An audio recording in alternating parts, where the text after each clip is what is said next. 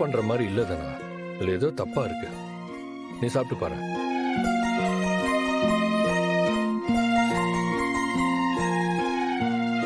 ஆமாண்டா, இப்போ என்ன பண்றது? பேசாம இன்னொரு தடவை ட்ரை பண்ணலாமா? இன்னொரு தடவை ட்ரை பண்ணாலும் இதே தான் வரும். பேசாம ஆன்லைன்ல பார்த்து பண்ணலாமா? அதுக்கு நீ அத்தைக்கே கால் பண்ணி கேட்டுடலாம். அம்மா ஏன் எதுக்குன்னு கேட்பாங்கல்ல. நம்ம என்ன தப்பு தண்டாவா பண்றோம்? நீ புதுசா பிசினஸ் பண்ண போற, அத சொல்றதுல என்ன தப்பு இருக்கு? சும்மா கேளு. அப்படிங்கறியா? சரி இரு, நான் வரேன்.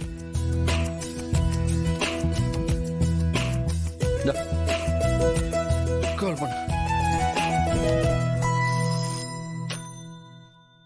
ஹலோ மாயா, நான் தனா பேசுறேன். ஹே தனா, சொல்லுடி. ஒரு முக்கியமான விஷயம். அம்மா கிட்ட போனை கொடு, பேசணும். அப்படி என்ன முக்கியமான விஷயம்?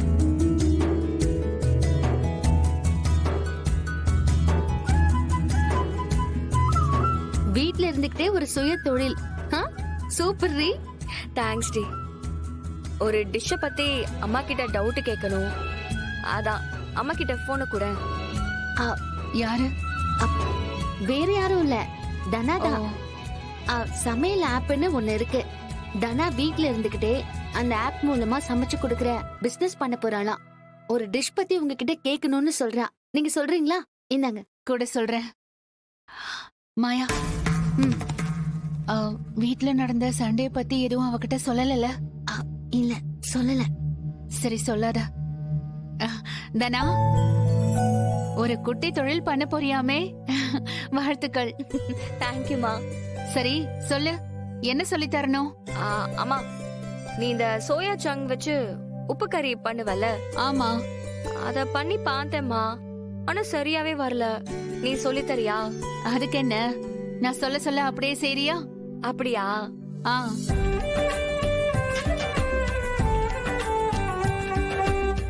ஆமா, சொல்லுமா. உன்ல யாரு? அது பெரியப்பா, என் ஃப்ரெண்டு. குக்கிங் ஆப் மூலமா சமையல் செஞ்சு பிசினஸ் பண்ண போறாளா. ஒரு டிஷ் செய்யறது பத்தி பெரியம்மா கிட்ட ஐடியா கேட்க போன் பண்ணா. ஆனா என்னவோ பிசினஸ் பண்றதுக்கே பயப்படுறா. பெரியப்பா, நீங்க பேசி அவளுக்கு தைரியம் கொடுக்கறீங்களா? அதுக்கு என்ன, கொடு. உன் ஃப்ரெண்ட் பேர் என்ன? லக்ஷ்மி.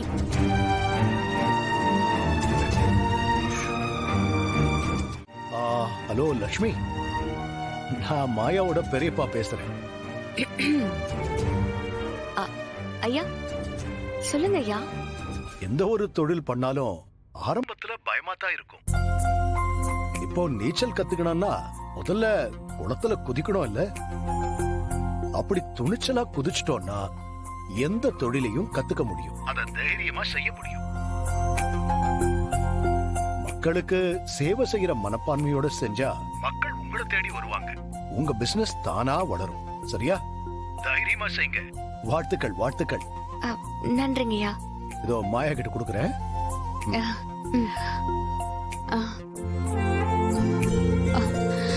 என்ன நீ? தனா, எப்படி பெரியப்பாவோட ஆசீர்வாதம் கிடைச்சிருச்சா? சும்மாரு, இப்படி என்ன மாட்டி விடுவ? ஆனா அப்பா பேசினதும் எனக்கு கூஸ் பம்ஸே ஆயிடுச்சு. Okay okay, congratulations. பெரிய பிசினஸ் லேடியா வர்றதுக்கு என்னுடைய வாழ்த்துக்கள். தேங்க்ஸ் மாயா. இது பெரியம்மா கிட்ட கொடுக்கறேன்.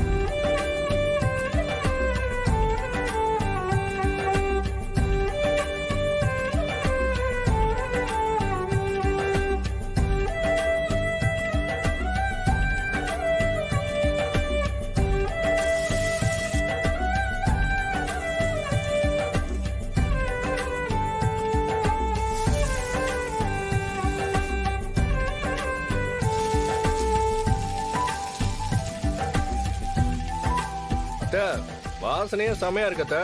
எப்படா சாப்பிடுவோன்னு இருக்கு. டேய் டேய், சாப்பிட்டு பார்த்து சொல்லுடா.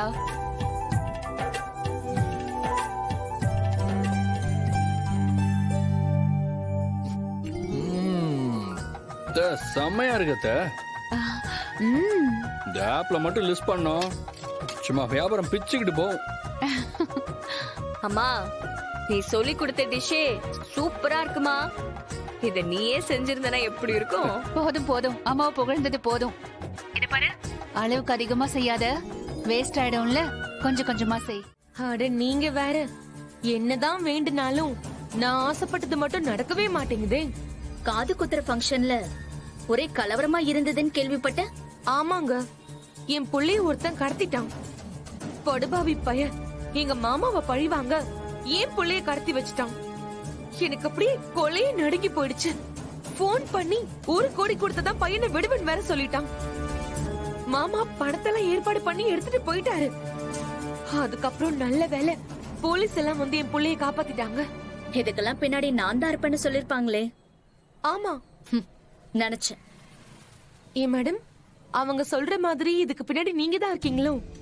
ஏய், என்ன கேக்குற நீ? எனக்கு வேண்டியவ நான் இப்படி உன் புள்ளைய கடத்துவேன்? அதானே பார்த்தேன். அவங்க என்ன உங்களை மட்டுமா பகைச்சிருக்காங்க? ஊர்ல இருக்கிற பாதி பேர் இவங்களுக்கு கூழ கும்பிடு போடுறவங்க, பாதி பேரு இப்படி பழி வாங்குறேன்னு சுத்ததானே செய்வாங்க. என்ன, உன் புள்ள நல்லபடியா கிடைச்சு காது குத்துனாலும் நீ ஆசைப்பட்ட மாதிரி உன் அண்ணன் மடியில வச்சு செய்ய முடியலங்கிற வருத்தம் உனக்கு இருக்குல்ல? ஆமா, ஆனா அது எப்படி நீங்க நேர்ல பார்த்த மாதிரி கரெக்டா சொல்றீங்க? இங்க பாரு, அது நான் வாழணும்னு ஆசைப்பட்ட வீடு.